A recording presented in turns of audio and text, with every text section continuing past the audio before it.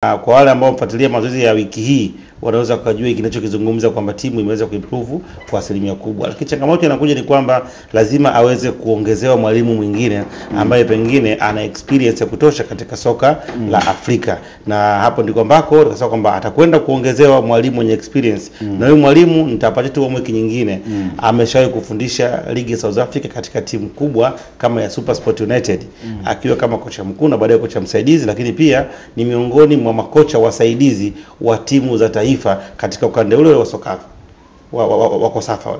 Kwa hiyo ni mwalimu anatokea katika ukanda ule wa Kosafa akiwa ni mwalimu msaidizi wa national team, na katika national team ambayo anasaidia miongoni mwa wachezaji wapo kwenye klabu ya Yanga ambao wanatoka kwenye hiyo taifa. Kwa hiyo mwalimu wao msaidizi ndio anakuja kuwa kocha msaidizi wa klabu ya Yanga, na moja majina yake ni somebody known as Tembo. Kwa jina lingine mtakwenda kulitafuta, ndio anakuja kuwa ni mwalimu msaidizi. Na wakati huo kwa upande mwingine kocha ambaye alikuwa ni msaidizi wa mwalimu Falls si kwamba amefurushwa au ana uwezo, amepata changamoto za kiafya ambazo zinamtaka sasa aweze kurudi kwao kwa ajili ya kwenda kushughulikia, ndiko akaamua kutafuta mwalimu mwingine ambaye analijua soka la Afrika, lakini pia ana experience na mazingira ya soka la Afrika na hasa upande wa kusini. Wanakwenda kubi added kwenye kikosi cha Yanga na kwenda kuongeza nguvu akiwa ana umri ambao umezidi miaka 50.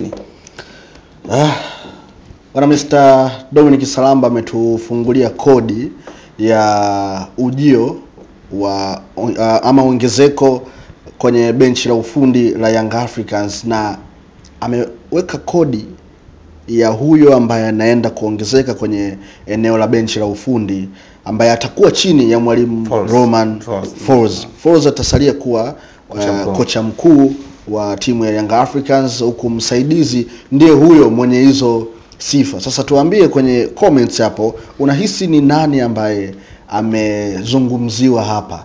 Na hivi sasa tunaenda kwenye sehemu ya 3 ya taarifa ambayo aliitoa Mr. Dominic Salamba ambayo inahusu pongezi. Kumbuka tulianza na taarifa kwa umma ambayo ilisema kwamba kocha bado yuko na wanatamba naye. Sehemu ya pili taarifa yake ikawa inasema kuhusiana na maboresho, na ameeleza hapa kwamba kutakuwa na maboresho kwenye benchi la ufundi la Young Africans. Na sehemu ya 3 ni pongezi, na pongezi amezielekeza moja kwa moja kwa rais wa klabu ya Young Africans Engineer Hersi Said, kadhalika na kamati tendaji kwa kutoyumbishwa na miruzi mengi. Tunafahamu miruzi imekuwa ikitumika kwenye ule msemo wa miruzi mingi hupoteza mbwa. Kwa hiyo hapa kwanza kutumia huu msemo wa miruzi mingi ulikuwa unalenga nini haswa, na kwa nini umeihusisha kamati tendaji na rais kwamba ndio wanaostahili pongezi? Kunani hapa? Nafikiri ujue kipindi ambacho watu wanakuwa wana shout, watu wanakuwa wanazungumza, kama unakuwa unakosa umakini ni rahisi kuweza kutoka kwenye reli. Ni ukweli Yanga hawakuanza katika good momentum kwa maana ya rhythm ya timu, na watu wengi ambao walikuwa wanakosoa, sio wote walikuwa wanakosoa kwa maana ya kutaka kuona kuna positive sawa response inaenda kutokea.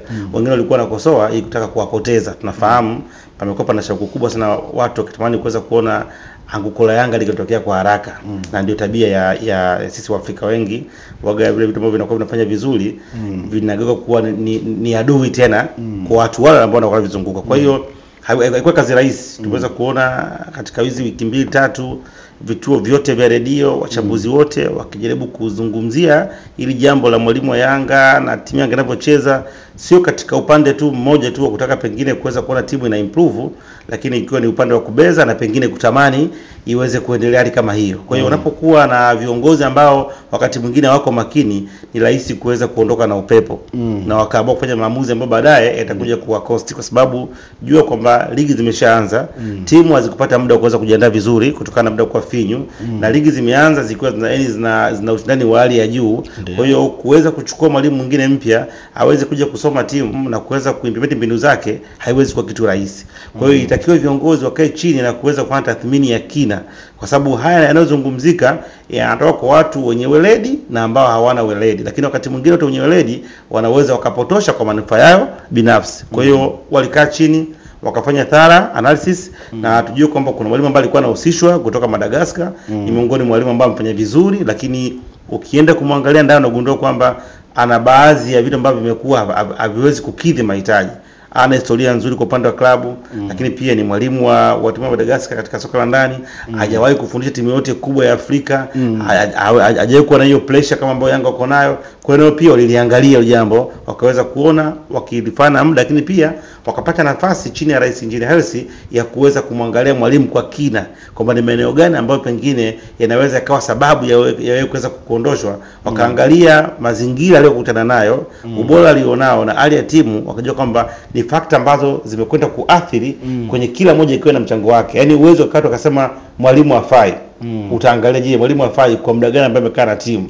Sawa, unagundua kwamba hakukaa na muda wa timu muda wa kutosha.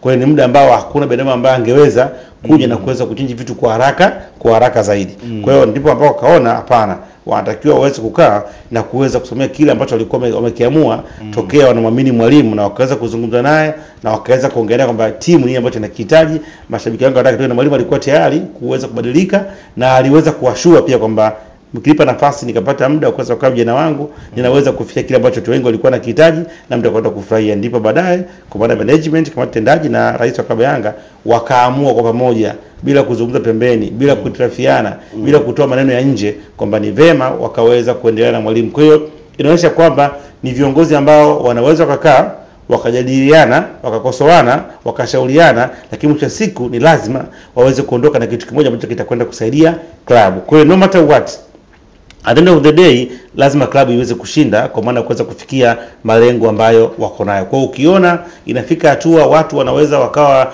wanatofautiana kwa hoja, lakini wakakaa ndani wakajifungia na baadaye waje kutoka na kitu kimoja, maana yake hapa pana umoja, lakini pia pana maelewano na masikizano, na wote wanalenga kufikia mafanikio ya klabu. Kwa hiyo ni lazima uweze kumpongeza rais wa klabu. Ingekuwa timu nyingine pengine ungeanza kusikia nje, huyu anazungumza hili, huyu anazungumza hili, lakini hakuna statement yoyote.